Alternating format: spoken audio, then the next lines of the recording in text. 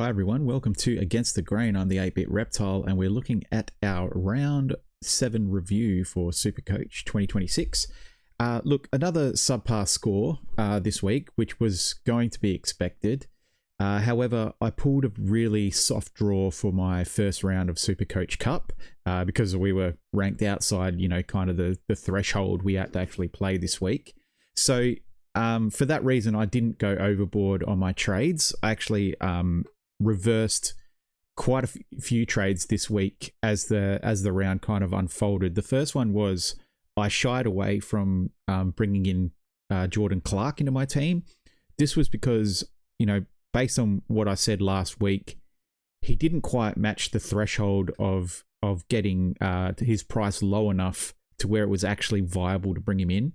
I know that's crazy to say that someone almost scored too much to then bring in next week, but I just decided against it because really, if I brought him in at 525 or whatever he was last week, then really I should have been prepared to pay for Archie Roberts from Essendon the week before at 521, which has gone on to obviously be a much better pick, at least in the short term. But for all those that did pick up the Essendon player, it was a really good get, and he looks like he's locked into that top 6. Whereas Clark has turned around and given a subpar score, so we were right to fade there. He may come back into contention, we're not sure, but just for now, that appeared to be the right call. The other thing is that I also decided to reverse the Sardis trade out. I was heavily considering that. However, look, I just don't think there's any reason to bring in rookies that you're looking as fieldable scores at this point of the season. The point is to get rookies off our field, and to bring Sardis in as a money-making play just didn't maths for me. He wasn't at a low enough price to bring in to make it viable, so I decided against it. Now, the other reason that I reversed out a lot of my trades was that Sarong went really well in the opening match. And we also made a really good call where we didn't trade any of our rookies. Now, a lot of people have cashed in, either Sarong. Sarong was very popular. Grilge, Jagger Smith, Lockie Jakes, these types. Everyone was saying, get off them or it's time to cash them in. We decided to hold, and that has turned out to be quite profitable for us and was 100% the right call. We haven't had a lot of things break our way this season, but if you look at Sarong going large, Philippou resetting his cash gen, and basically all of those guys beating their break evens in the same week, that is best case scenario and better than I ever would have considered that we were going to get. So that's good, because those kind of decisions can be the difference between being able to complete your team and not being able to complete your team with either 22 or, if you're going really well, 23 premiums, which is always the aim. Look, Rechko will be heavily traded in this week, and rightly so. He's a great selection. However, just keep in mind that Cummings, as a high draft pick, will also be heavily brought in next week. Now, that might mean that you can bypass Rechko, because there seems to be a bit of a slew of good, viable rookie options just on the horizon. And if you kind of read through some of the extended team list reports, there's a lot of rookies and low price players that are doing quite well in the VFL and are vying for selection. And there's also a couple of sneaky ones, I think, this week, along with Cummings, that might be, I'm not saying don't pick Rechko, but I'm just saying we don't always need to be just bringing in the most obvious selection rookie week in, week out. I would also shy away from having so many Richmond players on your list. As we touched on at the very, very start of the season, Richmond have the worst record when it comes to list management of injuries. And if you look at their injury list right now, it is absolutely colossal. So do you want to keep trading into Richmond knowing that players are just falling over left and right? And there's going to be a lot of turnover there as guys come back as well. It's hard to gauge job security. Whilst Arechko has played well, Cummings looks like he's a great pick for a high draft pick as well. As other guys come back, and as we've seen with guys like Milan Murdoch, and other rookies, Jagger Smith, of course, is another example. These guys' scores tend to not, just keep trucking along. You know what I mean? There is downturn, in which case their spot in the side isn't always guaranteed. So yeah, just to touch on that. But however, it is the time of the year where we need to start to map out how we're going to finish our teams. We need to look at, you need to identify the targets, the price that you're going to be looking to pay for these guys, and most importantly, how we're going to fund these picks, right? So, for example, as well, if I go back to the Cummings example, he's at $176,500, which is a great price for a rookie or a starting pick. However, you got to ask ourselves the question at this point in the season, is it better to go cheaper options, looking at the sort of $119,000 rookie market or less? Because you have to really look at your targets, look at how much money you've got matured in your team, how much money you're going to save on certain selections, and that 50K might be already enough. The 50K difference that I'm discussing here is between Cummings. Yeah, so we need to consider the difference in the price from Cummings to, say, a cheaper rookie, because this might be enough to get us over the line to actually get a valuable pick.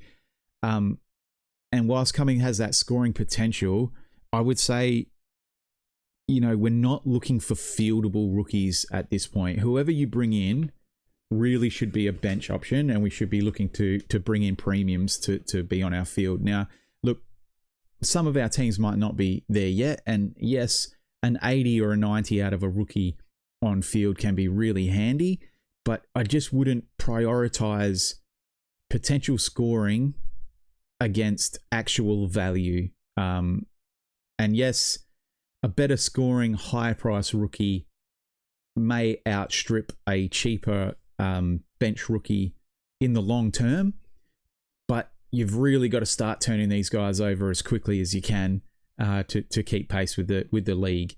So I just want to put that on your radar for considering who you're bringing in. Like, some of these guys look like slam dunk decisions. Like Rechko, no brainer, bring him in, 119, he can sit on your bench. Or, but you don't really want to be, if he doesn't get you, if you've got the opportunity to bring in an actual premium this week and bypass Rechko, I think that's okay. And also, I wouldn't be looking to trade into these high price rookies. Just be aware of the risk of that. It might not get you where you want to be, where you ultimately want to be quick enough by season's end. So yeah, just consider that. Yep, so we'll do the team review now. Usually I get straight in. That just had a bit of a pre-ramble, I guess. Look, again, a subpar score for my team. I'm not going to bring it up again because it's just disgusting, but it was sub 2,000. We did have an issue where, as I said, when I was reversing trades, it did revert my team back to the original, its original form. So I got caught out with Perez being out, and also Todd Marshall being a late out as well. I wasn't able to move things around, so I actually ended up playing a player short. So to get close to 2,000 is not too bad in that situation. Look, I'm not trying to justify my scores; they are disgusting, but I knew it was going to be a lower week, but it ended up being an extra low week because I got caught out. I wasn't able to actually watch as much footy as I usually do this week. We were a bit busy, and I also missed the initial team selections. So I actually had Perez locked into my side already in a loop situation. So it wasn't ideal. And also, I was really weighing, because our rank is so disgusting, I was really weighing up my Supercoach Cup matchup, and I had an easy win in hand, or what looked to be an easy win in hand. I won handily in the end, which goes to show you how weak my matchup was. So that was really my priority this week, and I just left things as they were. So my trade-ins this week, I ended up bringing in Anderson, and I also ended up bringing in Oscar Steen as well. So unfortunately, our team mascot has gone by the wayside. Look, Blackiston has been an absolutely disastrous pick, and was really stupid to hold him for this entire period. But he's lost his role now completely. He's doing nothing in the back line. With Sardis, with the removal of Sardis from my team, I decided to almost do another double downgrade again, to put even more money into my bank. So I'm now sitting with about 800k in my bank to really go after these upgrades. And again, I made the decision to not upgrade last week because I wanted the opportunity to keep as many rookies in my side that were potentially going to reset their cash gen. And in that respect, it was a very successful week. So who did we trade out for Steen? Hang on, let's have a look. Okay, so we ended up dumping Riccardi, who was omitted anyway. Don't look at that. We ended up omitting, Riccardi. We got rid of him before the team selections. Look, he was another guy that just wasn't getting the job done, and obviously GWS saw that as well, and they omitted him completely out of the side. So we brought in Anderson for him, which ended up being a good pickup. Anderson is going to make a lot of cash, and he wasn't originally in my trade plans, but like I said, with the decision to move away from Clark and away from Sardis, Anderson became the logical pick. And then also, as I said, we got rid of Blackiston for Oscar Steen. Oscar Steen was sitting at 170. I was really impressed with his football basically last week, and he started really well. I think we're, like the Reeves and Meek kind of situation at Hawthorn. I think we're seeing the emergence of a new number one ruck at that club, and everyone's really excited about the Steen-Dacos kind of connection, the way he's able to win tap downs. Look, Steen wasn't even scoring that well all the way up to the last quarter, but then he was able to give some real nice centre bounce clearances straight to Dacos, and was able to put up his score. But he's a bench option anyway. I like the fact that he's DPP. We also looked at bringing in, bringing Reedy back into our team for Carlton. However, the Pitnet injury, I was expecting it to be longer with the surgery. So he'll probably be out of the side in a week or two, unless they decide to go with a two-man ruck. But anyway, we bypassed that pick just based on the Pitnet turnaround and went for Steen instead. Cash our way, a little bit more cash build there in the team. And hopefully Steen becomes a good pick. Maybe some buy cover there as well built in. But anyway, I was happy with that call. Okay, so let's just go through the team. So Parker 103 ended up captaining Parker. It was between Parker and Sheasel, based on Sinclair not really getting it done against the Eagles. I decided to move away from Sheasel, just sort of thinking about the tag that potentially GWS could have put on Sheasel. I watched the entirety of this game. It's probably game of the round for me. With GWS and North, probably two teams sort of battling out to, find out where they really sit in the scheme of things. And yeah, so great watch anyway.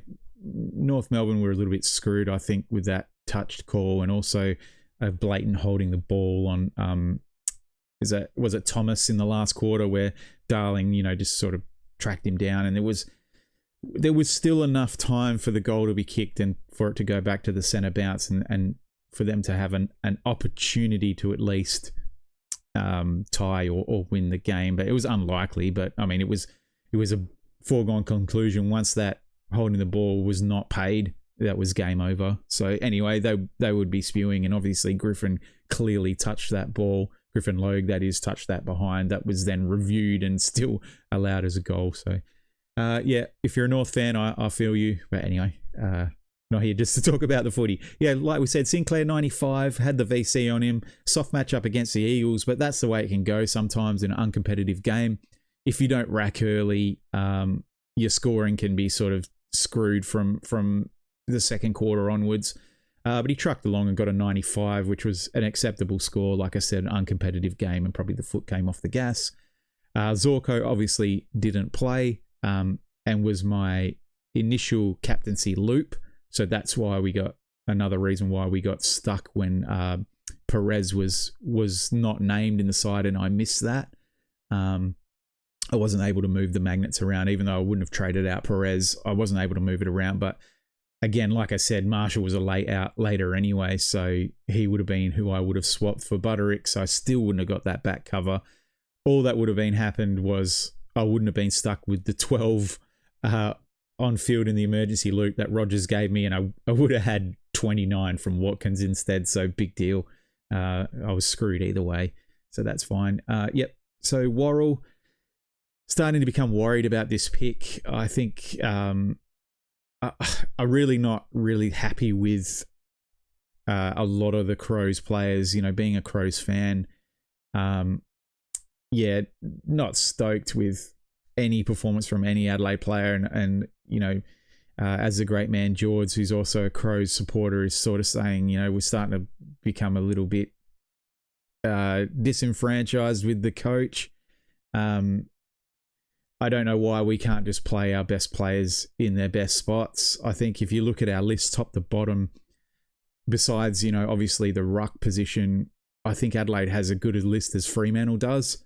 But unfortunately, we're just not playing the guys in the right spots and not giving our forwards enough chance to be effective. So that's hurting our scores. But anyway, Worrell, I think there's just becoming a situation of too many mouths to feed down at the Adelaide backline, and with Keane and Hinge set to come back, obviously not short term. I just don't think that Worrell long term looks to be a good pick. However, we're not in the luxurious position of being able to trade out of these picks, so we've got to stick fat with Worrell. And yeah, we're kind of stuck with him at this point. And what I will say on that as well, sticking fat with premiums, that's another positive from our team, is that some of these, well, most I would say, besides anyone that has an Adelaide jersey on week in, week out, around that sort of 500k mark, they are starting to come good and are looking to be really solid picks for us. So it's another positive of our team that I didn't just sideways out all of my premiums and pay top dollars for, their replacements. I've stuck the course, and we're starting to see some real momentum and results from those premiums that we held. And if I can now just add premiums around those guys, I might be able to still build a fairly competitive team as far as Supercoach Cup goes, and as far as general league play, which is league play is something I'm not into at all. But it's nice to be in the running. I'm in a cash league. In a couple of cash leagues. So yeah, it'd be nice to become competitive again in that space. However, so there's just the point of it there is, the old adage of sticking with your premiums no matter what is really found true. And if if you've got 6 premiums and 2 of them fail, but you stuck with 4, you've saved yourself from so many, trades that you didn't really have to make. Okay, so moving on into the midfield now, we've got Zach Butters at 112. Didn't VC Zach Butters, same reason we didn't VC Sheasel or Captain Sheasel, I should say, because of that tag threat. Look, Butters worked his way through the tag really well and was able to give a very respectable 112. So we're happy with that score, and he's increased in value again. Lockie Neal, another 132. This is one of the picks that I alluded to before of sort of looking for value at guys. I think we paid 520 odd for Neal as a starting pick. He's now, up at this 570 mark and looking like he's going to even increase from there. Has put together 3 really strong weeks. And yeah, he's looking good, looking the goods, looking like that keeper that we were hoping he was going to be. Sam Walsh, another one of these sort of cheaper picks. Look, his price hasn't increased like Neil's has. But however, it's a guy we have in our side that we don't have to trade out. He's starting to put together a couple of those scores. If he can get up and push to that 110 mark for his average for the year, I'll be really happy with that pick. Noah Anderson, a 95. Look, I was hoping that Anderson wasn't going to be back this week. I think that a week back, directly after an appendix removal is kind of a bit risky, a bit negligent, probably from the club and Anderson's point of view. And I had a selfish reason as well. I didn't want Anderson back last week because I wanted him back this week, because if him and Zorko can come back and I can also execute this triple upgrade that I have in mind that I want to do for my team, I could have had an opportunity where I just flood 5 premiums back into my team and have a complete reversal of scoring opportunity and kind of really turn some heads. So Gold Coast robbed me of that a bit. But Anderson, 95, was looking the goods, and this is one of the games that I wasn't able to watch.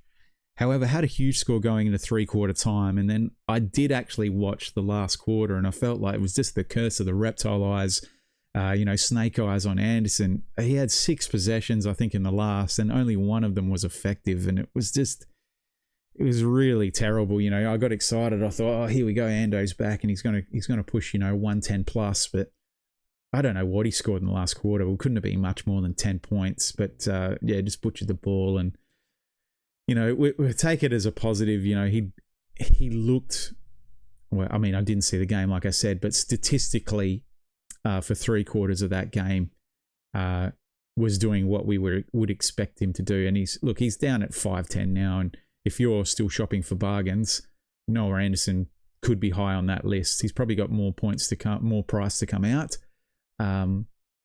as he just keeps rolling these subpar scores. But if you can get Ando anywhere under 500,000, that's absolute bargain buying. Bruin, another person that was heavily considered to be traded out. I'm pretty sure some people would have even pulled the trigger on Bruin to bring in a premium. Was able to do a 92. However, I think with a break even of in the 90s now, I think he's a guy that probably has fully matured. He might still have a couple of good scores left in him. If he's hitting his average, that's fine. It's still fieldable. He might not be a priority, but I don't think he's going to do much better than sort of a 95-ish average, which will see his price top out at about 400k, which is what it's at now. So if you've got a premium in mind that you really want to bring in this week, then I would not be against trading out Tanner Bruin.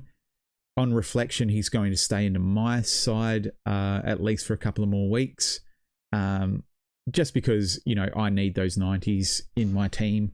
I don't have a lot of cover. I don't have a Josh Lindsay, say. I don't have a Selwood.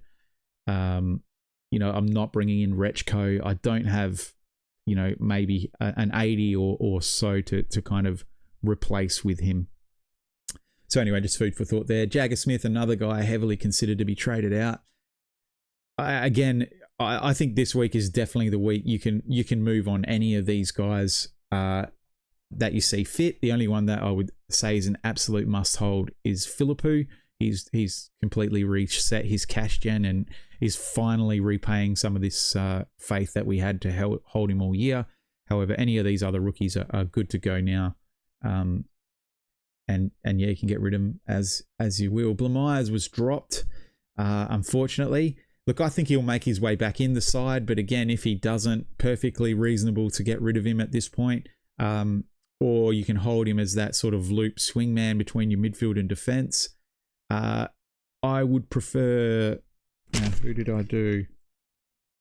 Yeah, at this point, I haven't traded him out of my side as yet. I'm waiting on some team sheets. And I preferably don't want to trade him out yet as well. He is on the lower side of break even. Let's just bring up their break evens. So his break evens is 28. So if he even sniffs that team again, and I think his omission was more based on fatigue of a rookie than anything to do with football. he was a little bit down on form, but again, you could attribute that to fatigue. Hopefully he was rested from VFL level as well. Not sure if he was or he wasn't, but like I said, I think he gets back in that team, and he's still got a little bit more cash to make. So if you can avoid it, don't trade him. If you need the money and you're looking at an upgrade, then feel free. He's probably got another 40, 50K, I think, left to make, but that's going to be team dependent. Milan Murdoch, look, again, this is what I talked about earlier about, jumping all over these rookies that score in the 80s and 90s and looking at them as fieldable options moving forward. These guys tend to always fall back to earth. And a 67 from Murdoch, he's probably looking like a loop option at the moment, but he's definitely someone that I want to move off my field as quickly as possible. Obviously going to keep holding him. However, this is the type of player that we don't want to say is good enough to be on our field. I'd much rather have a Tanner Bruin type, or if you brought him in, a Sardis sort of type and role in my side, rather than these other kind of, I would even put Lindsay in that position. He's scoring 70s, 80s, obviously got 132 this week. That's not going to happen every week. So yeah, you want to hold these guys. You want to have them on your bench, still generating cash, but we don't want them on field anymore. This is our number one priority for the next month, basically. Okay, so moving to the bench, Jai Sarong, perfect score of 92. Goes back to the SCG this week. He's another one whose break even, I was hoping would reset a little bit more. Still has a break even of 55. So look, there's no risk in holding him, as I feel there was no risk in holding him last week. However, back to the SCG, where he tends to score a little bit worse because the wing and pocket rolls, because of the narrowness and stubbiness of that ground, does tend to produce lower scores for players that play his position.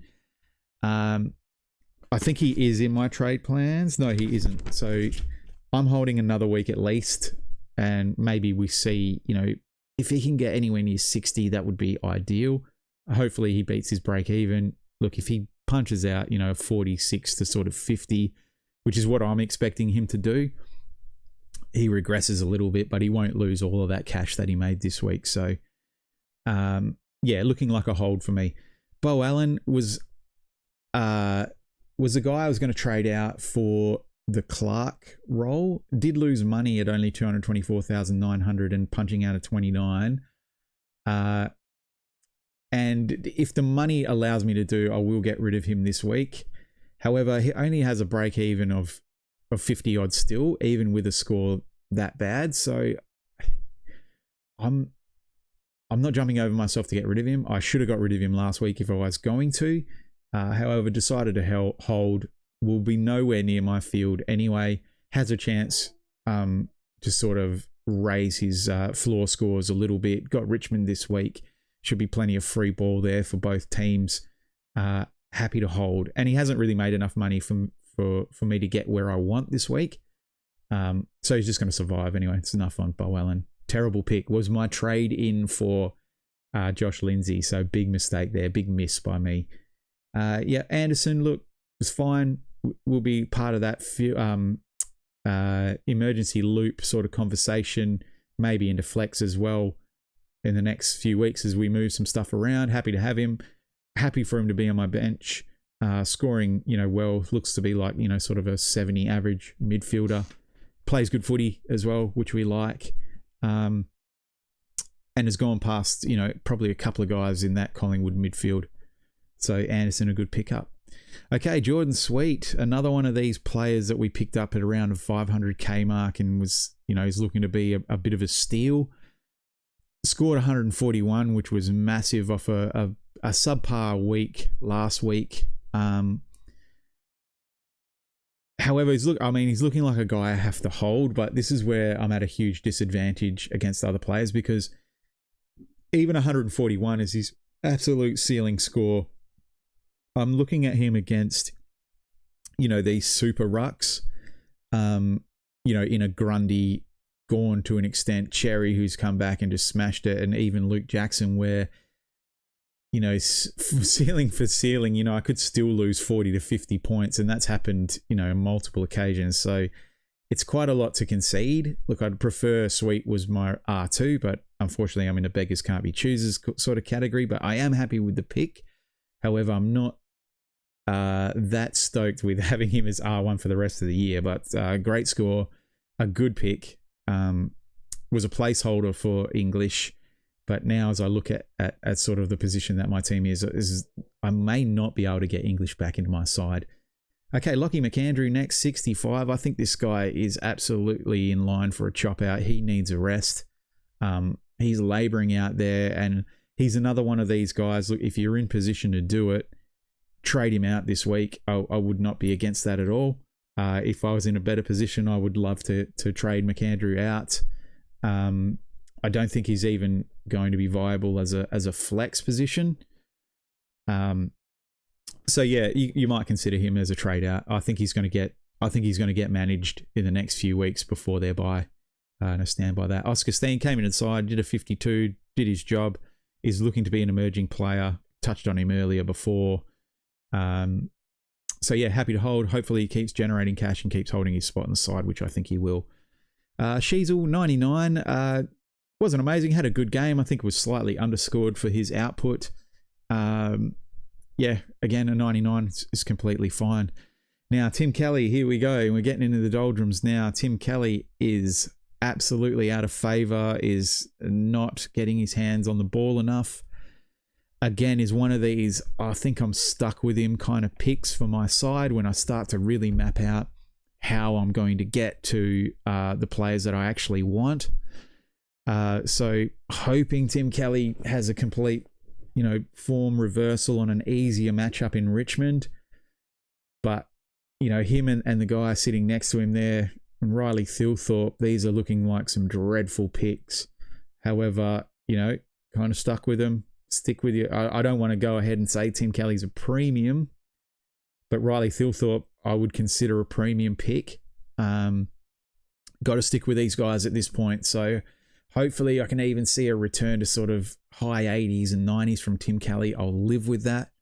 And the next guy, Thilthorpe, again, may drop him from my side this week. I know I said stick with your premiums, and I really want to stick with Thilthorpe. However, I also need to upgrade this team, and it's going to be dependent on the Butterick selection. Butterick still listed as 1 to 2 weeks away from the Bulldogs. Look, if he was, yeah, but I've really got to make a decision there, because Butterick could be the player that I get stuck with if I don't trade him out this week and trade out Thilthorpe. However, you know, you might say that, well, why haven't you traded Butterick out already? And surely you're keeping him if you've held him this long. The strategy behind keeping Butterick was that his price not moving was going to go against other premiums that were reducing in price. So the gap was actually going to be lessened. That's ultimately why I held Butterick. But now I'm sort of weighing up, is his scoring potential better than Thilthorpe's? I don't know. I don't,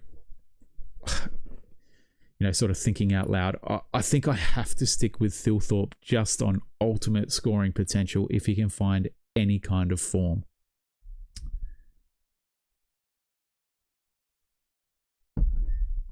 Okay, Braden Cook looks to be another rookie pick that we got right. Happy we brought him in. Continues to do fieldable scores, nice swing position, good flex option week to week. And yeah, we'll continue to hold him in our side until hopefully he tops out around that 400k mark, and we'll look to cash him in. Philippou, thank goodness, finally gave us that ceiling score we were looking for. Now has a really reasonable break even of in the 20s. Wasn't that I ultimately picked any specific rookie that was going to reset their cash gen. However, he just happened to be the one that came through and did it for us. So we hold Philippou, a good swing guy as well. Probably wouldn't want him to be on my actual side more often than not. However, with Marshall out and the dregs that I had to pick from in Rogers and Watkins, I fielded Philippou. after having him initially benched in my initial trade plans.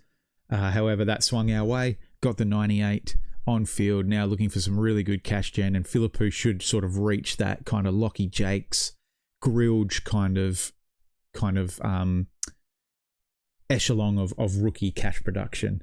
Marshall, again, layout is not even listed on the Port Adelaide injury list, so I'm not actually even sure what happened there.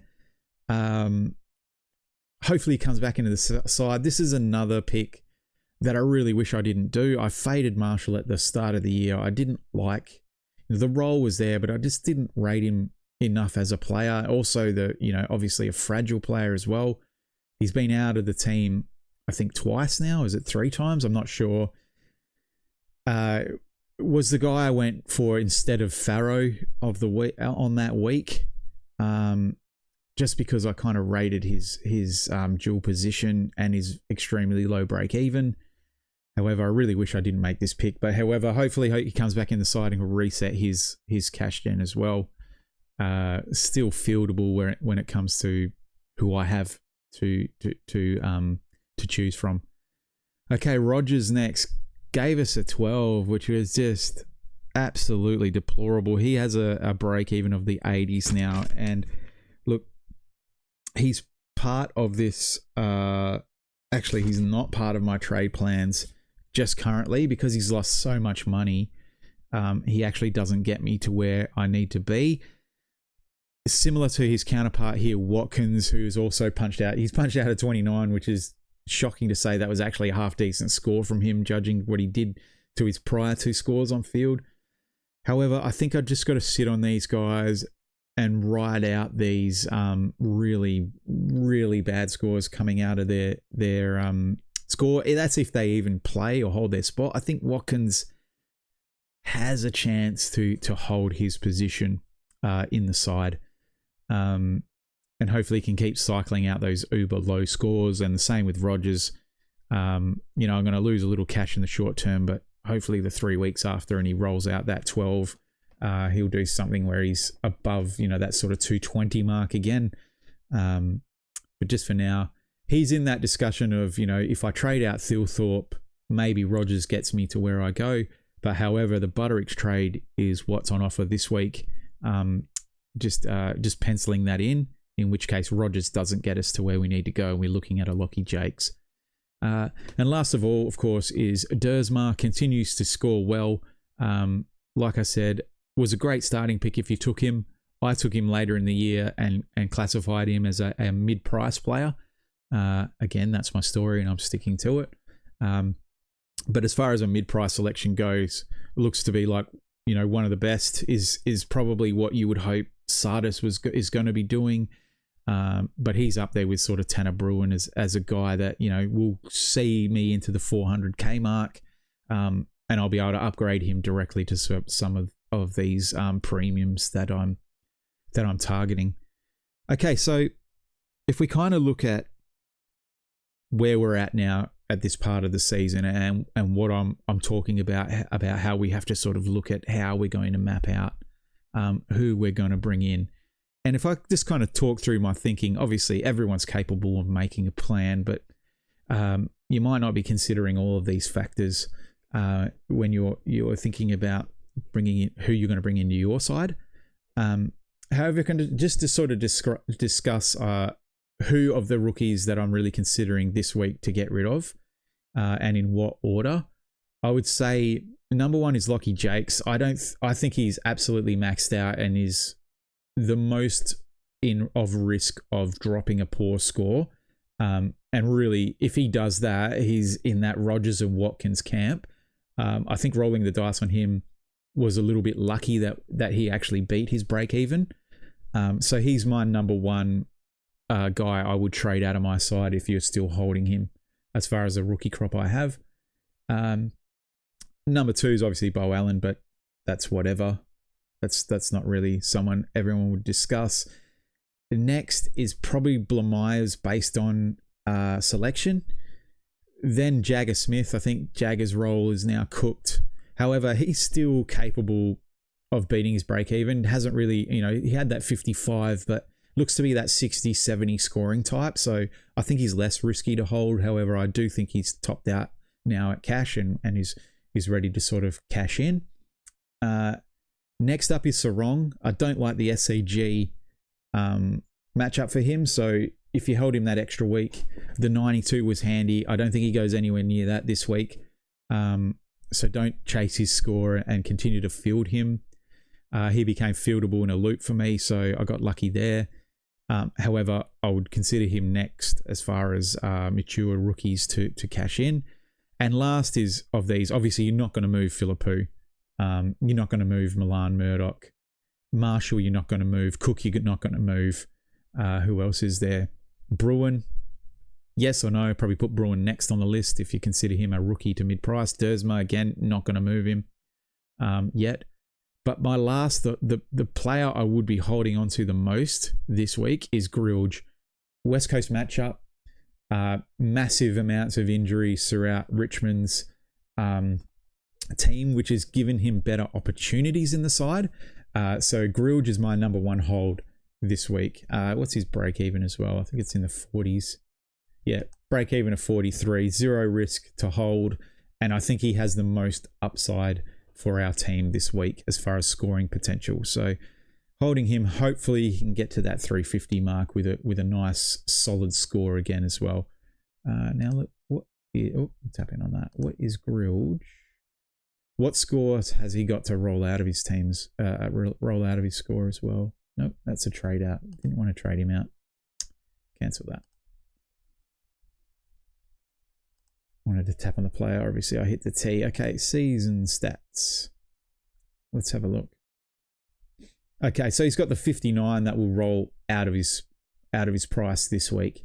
So yeah, hopefully he beats a 59, which I think he will. I think he pushes 70 plus again this week, and that will see a nice little spike in his price and hopefully a decrease in his break even as well. Okay, so again, yeah, looking at unpacking my thinking about how I'm going to get to the players I actually want to get to. So the first thing I would do was identify how many players per line we want to pick up. So for me, it's 1 defender, 4 mids, 1 ruck, and 1 forward. Okay. Now that's optimistic. Okay, that's keeping Worrell and it's keeping Kelly and Thilthorpe. However, when I start to map out, who I actually want to bring in, and the amount of trades it's going to take me to get there, if I look at it at a point, a really sort of shallow point where that's 8 positions, so that's 8 trades I need to make, and then there's also 13 downgradable players in my team that I also need to trade out. Now, keep in mind those numbers that I've produced, this is after my penciled in trades for this week. So I'll be bringing in 1 defender and 2 premium forwards this week.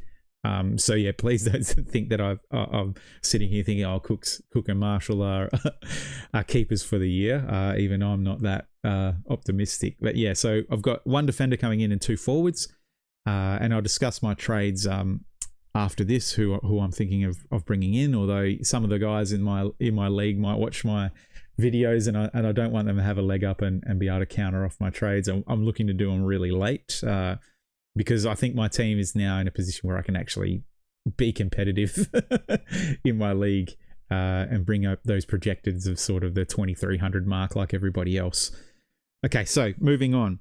So I'm looking at that. So yeah, 13 tradable rookies after this week and 8 positions that I want to bring in. Now that is a shallow way to look at it because some of those mature rookies will be traded directly to the premiums, but those together, the 8 plus 13 is 21 trades, and after this week I'll only have 22 left. So I'm not going to actually have enough trades left in my side to bring in the targets that I have in mind. So I'll just bring up the spreadsheet that I'm sort of working on. And again, I don't want this to become sort of a spreadsheet sort of channel where I'm bringing in and out guys, but it does sort of show my thinking a bit. So these are the targets based on each position that I want to bring in. So Ash, Bontempelli, Callaghan, Taranto, Holmes, Dacos, English, and Miller. These are the guys to fill out my side. Now, the first thing you want to really consider is their price that now. So obviously I've highlighted in green guys that are at a good price right now. Next, you really want to consider your buy structure now heading into further into this upgrade season. If we count last week as the first week, really consider this because you're going to have to bring these guys in order. So obviously a round 13 buy is green, a round 14 buy is also green because there's only 2 teams on the buy in round 13. Round 15 is also a good buy, but I don't have any players projected in that area. And then also the round 16 buy, if I look at my targets, I've got too many guys coming in, and obviously I've got round 16 buy guys in my team already. So that's why that's red flagged like that. The break evens, green is for one that I'm not expecting a player to get to. Yellow is kind of they could get near it or surpass it, and red is obviously I'm expecting them to it's not a good break even for their ability. The projected price is what I'm looking to sort of pick these guys up at when I go to get them. And then the expected is when they're expected to reach that price. So I'm expecting Ash to hit a projected target next week based on his break even. That obviously these are all subject to trade.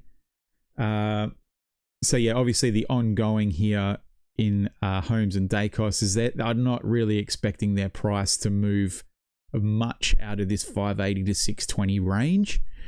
They could, in which case I can't afford them anymore. But yeah, that is down the line stuff. And then English as well, expected to reach his 570 in 2 weeks. And Miller, of course, 2 weeks away from hitting his 500 target for my last forward to bring in. So then what I've also done here is allocate a priority as to what order I want to bring these guys in. Now I've got, so Bontempelli is my number 1 priority. Then Ash, Callaghan, Taranto, then took Miller, Holmes, Dacos, and English down the line. Now, Bontempelli, if his projected price in a week gets anywhere near 600, I will boost to make that selection. He's the only player that I would absolutely consider that for. However, any of these other guys is basically just the old downgrade upgrade situation. So I've got 2 boosts left. Now this week I'm definitely using a boost and doing a triple upgrade, and I'm trying to position my team to be able to do that again down the line. However, that might not be able to do that because like I said, Bont is number 1. If he gets anywhere near that 160 break even, or he goes under 600k, I must bring him in at that point. It's just too cheap for Bontempelli. Can you imagine Bontempelli being cheaper than Max Holmes and Nick Dacos? I mean, you've just got to grab that. And for all those people that didn't start Bontempelli or didn't bring him in after the failed Cherry trade, or obviously paid in the 700s for Bontempelli, we're looking to completely cash in on that misjudgment, even though Bontempelli's been great scoring pick, and he's a guy that absolutely could go close or past his break even this week. So all eyes on the Bontempelli situation. If Bontempelli was to give out a subpar score and was looking, his break even actually moved up, if that's at all possible, then I would move to the Ash situation. However, I think I can get Ash in a simple downgrade upgrade situation. So we're going to be looking to downgrade and upgrade over the next sort of month into the buys, and these are the targets that I'm going to be looking at. However, when I deep dive this is why I'm saying for most coaches to actually map out and plan and have a think about, if you are genuinely wanting to be competitive, think about who it is and think about the price that they're actually going to be at, because it's all well and good to say, I want to get X player in X amount of weeks, but you might have a list in your head of those players and then you're like, oh, actually I want to get 4 or 5 of these guys in at the same time, which obviously isn't possible. You either won't have the money, you obviously won't have the trades to do it, but then you might be sort of missing out on one. So you really need to prioritize the order, how you're going to do it, and most importantly, look at your budget for who you're actually going to be trading out and how much money that's going to net you. One thing to keep in mind that a lot of people sort of look past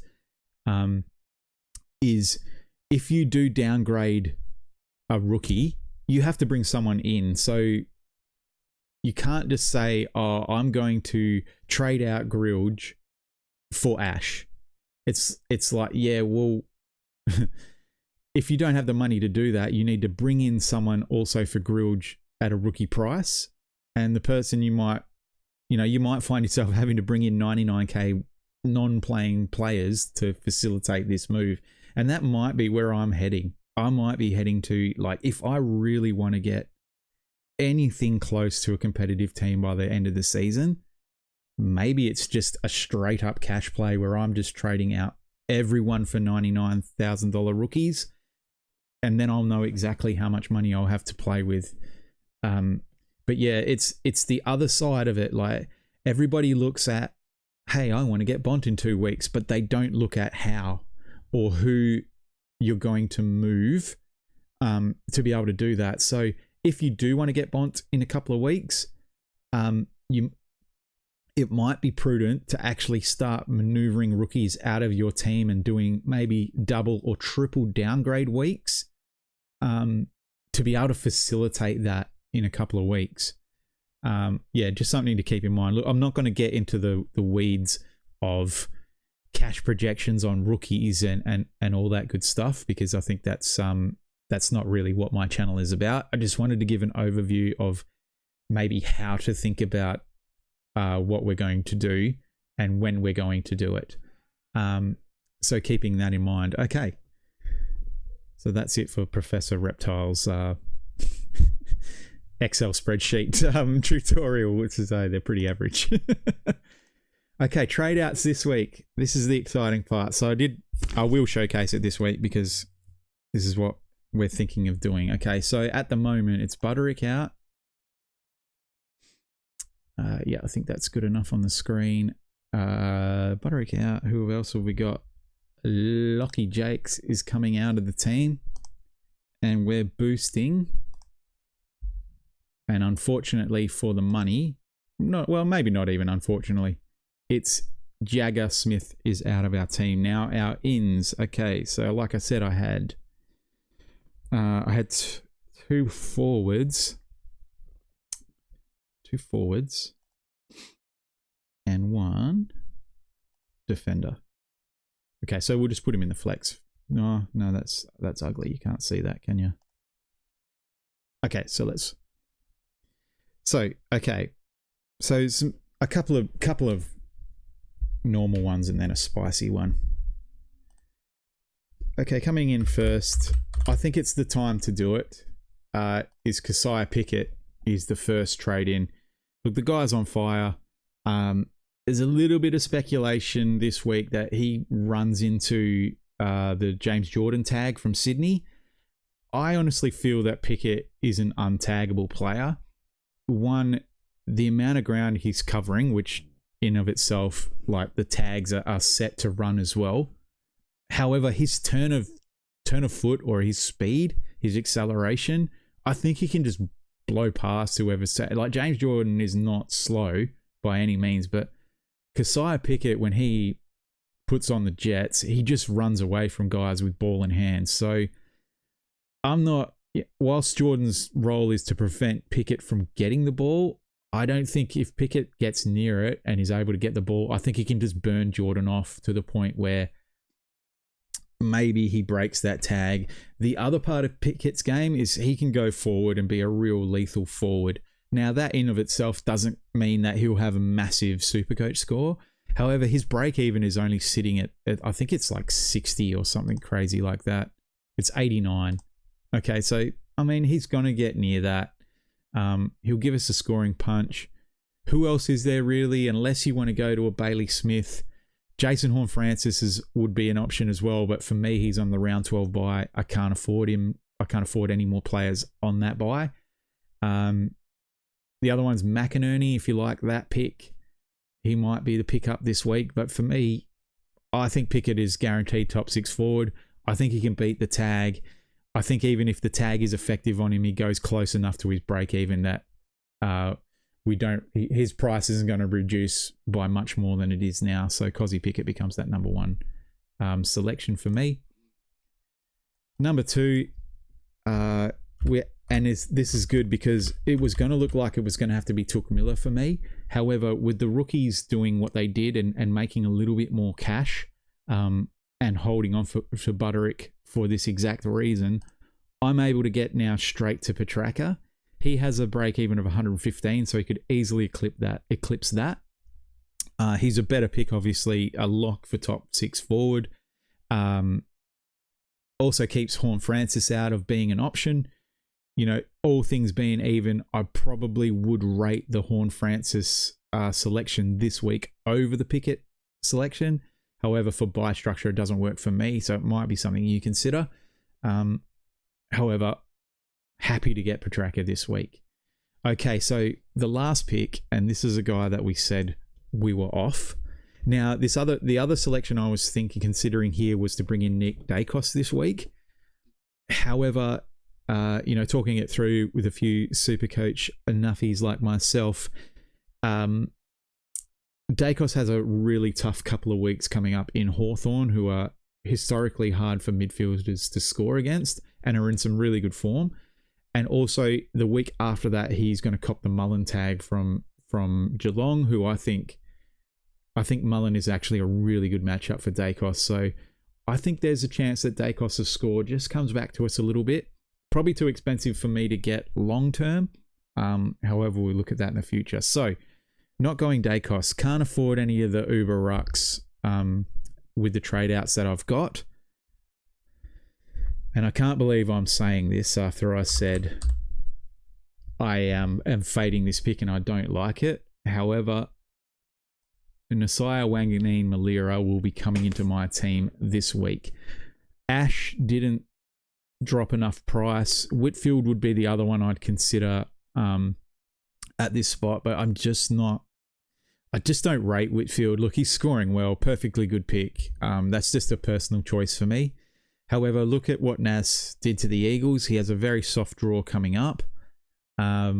This guy has to be a keeper at this point. Look, he's been down, 149 is a bit of a spike score. However, his average is around the hundreds. I think his worst is behind him. He's dropped 54k. Has a break even. He still has a break even of 120, but I think that's a sort of a maintenance, whatever his price is now, kind of break even. You wouldn't expect it to get much lower than that. And has, a really good draw coming up. So we're going to bring Nas into our team. Okay, so if I go ahead, there's a showcase of the trades there.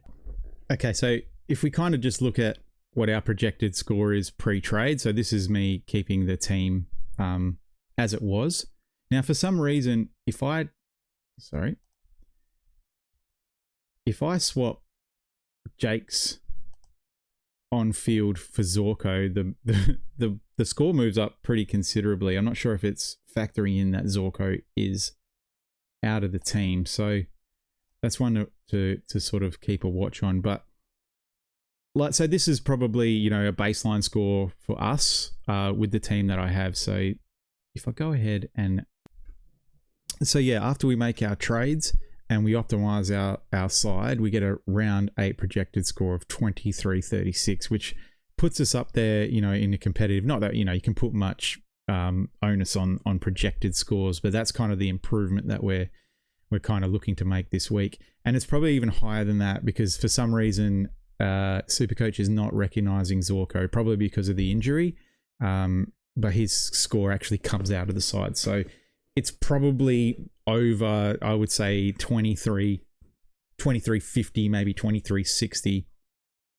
is what our projected scores should be sitting at, and which isn't really amazing because a lot of teams will be at this point, and I'm only left with, you know, 9,000 in the bank. However, you know, I think we've been able to buy a value team to kind of get to the same place. So for whatever that's worth, it didn't quite work out for us. You know, I would have liked to have a lot more cash gen in the team, maybe some more cash in the bank, and with these projected scores. However, we're going to get there in the end. So yeah, so that's just sort of how we're going to close out. But anyway, guys, I've been the 8-Bit Reptile. You've been amazing. I'll see you in the next one. Bye.